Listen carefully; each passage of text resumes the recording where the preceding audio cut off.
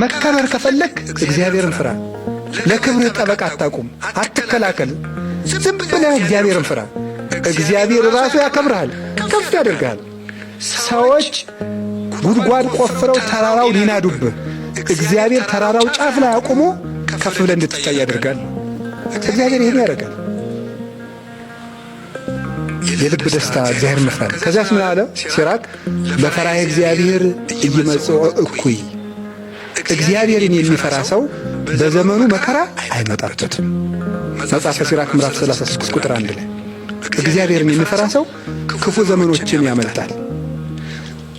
ወይ ከክፉ ነገር አይገባም፣ እግዚአብሔር እንዳይገባ ይጠብቀዋል። ካልሆነስ የመጣበት ክፉ ነገር እንዳይጎዳው ያደርጋል። የአክሊል መቀበያ እንዲሆንለት ያደርጋል። ለምሳሌ ቅዱስ ጊዮርጊስ በመንኮራኩር ተፈጭቷል። እግዚአብሔር ስላልፈራ ነው ክፉ ነገር የመጣበት ነው አይደለም። እግዚአብሔርን የሚፈራ ሰው የማይጠቅመው መከራ አይመጣበትም። የመጣለት መከራም ካለ ለምን ይሆነዋል? ለዘውድ ይሆነዋል። እግዚአብሔርን መፍራት ከመከራ ያድናል። ሰውን መፍራት ግን አያድንም። ሰዎችን ስለደረደርናቸው አያድንም። አይ ዘመዶቼ፣ ሰው ከደከመው ይደክማል። የማይደክም እግዚአብሔር ብቻ ነው። እግዚአብሔርን ዝም ብለን እንፍራ። ከሚታይም ከማይታይም ነገር ያድነናል። እሱ ቸር። ሌላስ የመጨረሻዬ ነው። እግዚአብሔርን መፍራት ለፈራዬ እግዚአብሔር ሲሴኒ ዳህሪቱ። እግዚአብሔርን የሚፈራ ሰው መጨረሻው ያምራል። ወይ ትባረክ አመ ዕለተ ሞቱ፣ በሞተም ጊዜ ይመሰገናል።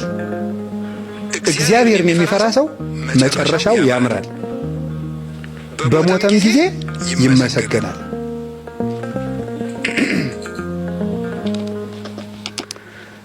እንደ ኢዮብ ይላል ተርጓሚያችን፣ እንደ ዳዊት ይላል።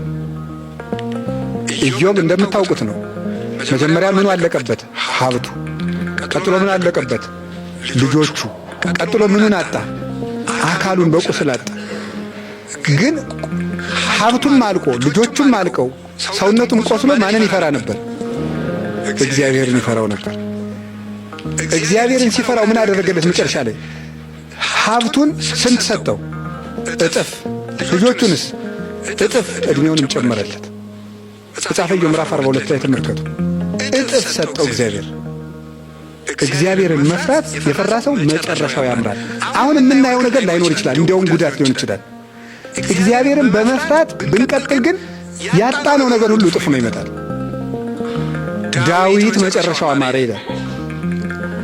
ይትባረክ እግዚአብሔር አምላከ እስራኤል ዘወሃበ ለገብሩ ዘርአ ዲበ መንበሬ እንዘ ይርኤያ አዕይንቴ። ነቢዩ ዳዊት በሸመገለ ጊዜ ሞቱ ሲቀርብ ዓይኑን ባይኑ አይቶ ልጁን አነገሰ። ዓይኔን ባይኔ ያሳይቶ ያነገሰልኝ ያለ ዘር ያላስቀረኝ የእስራኤል አምላክ ይክበር ይመስገን። እግዚአብሔርን ብሎ ባለቀሰበት ዓይኖቹ ልጁን በዙፋን ላይ አይቶ ሞተ። እግዚአብሔርን የሚፈራ ሰው ዓይኑ ደግ ነገር አይቶ ይሞታል። ዓይናችን ክፉ ሳያሳይ ይግደለን መድኃኔዓለም። እግዚአብሔርን መፍራት መጨረሻችንን ያሳምራል። እግዚአብሔርን አለመፍራት ለጊዜው ሊያስጨበጭብልን ይችላል፣ ሊያስወድሰን ይችላል፣ ወዳጅ ልናበዛበት እንችላለን፣ ሙቆን ደምቆን ልንኖርበት እንችላለን፣ ከፍ ባሉ ሰዎች ዘንድ ወዳጅነት ልናፈርች እንችላለን። እግዚአብሔርን ሸውደን ያገኘነው ነገር ግን አንኮታኩቶ ገደል ይጥላል። እርግጠኛ ሆኜ ነው የምነግራችሁ። እግዚአብሔር አይታለልም፣ ሰው አይደለም። እግዚአብሔርን መፍራት በጨካኝ ንጉሥ ፊት በክብርና በሞገስ ያቆማል። በጨካኝ ንጉሥ ፊት እንኳን ቢሆን፣ በአውሬ ፊት እንኳን ቢሆን ሞገስ ይሰጣል። እግዚአብሔርን መፍራት በአውሬ ፊት እንኳን ቢሆን።